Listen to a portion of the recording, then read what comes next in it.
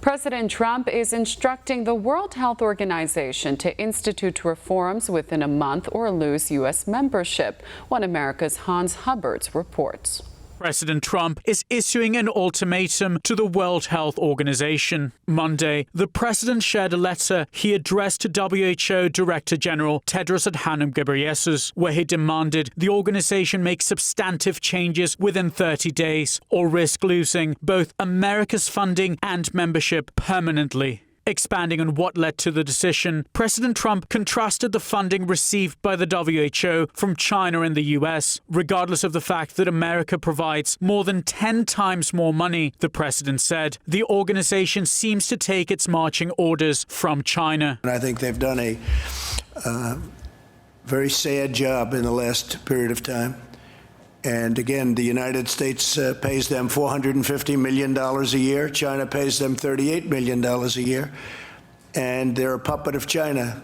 They're China-centric, to put it nicer, but they're a puppet of China. This following the announcement Monday, the WHO would submit itself to an independent international review of its response to the pandemic, a move prompted by calls from the US as well as European and African members of the organization. The undue influence of the Chinese government on the WHO, President Trump continued, has caused the organization to spread misinformation on the outbreak, putting the interests of the Chinese Communist Party ahead of global health priorities. They gave us a lot of very bad advice, terrible advice. They were wrong so much, always on the side of China.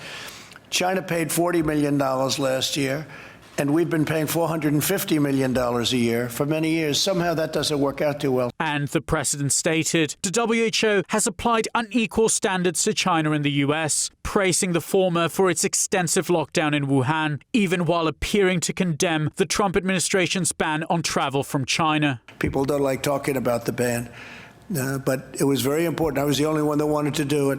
And we did it, and we saved thousands of lives, hundreds of thousands of lives probably. And Dr. Fauci said that, and other people said that. Deborah said that, you know that.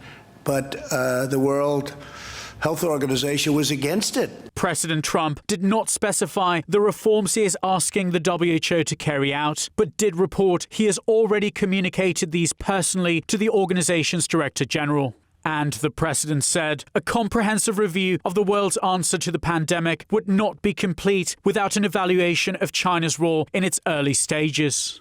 The Chinese government has been accused of covering up the outbreak early on, both through the suppression of information regarding the virus, the targeting of doctors who spoke out about the disease, and influencing the WHO into sharing misinformation meant to prop up the interests of the Chinese Communist Party. China should be held responsible for what they've done.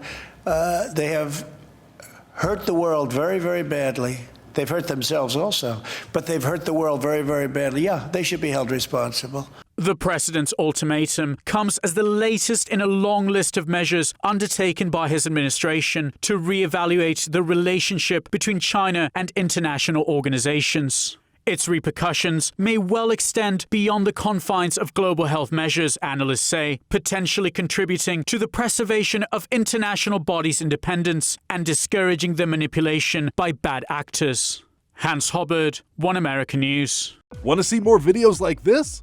Click on the link below and subscribe to One America News on YouTube, and call your cable provider and kindly demand that One America News is added to your lineup. Call and subscribe today.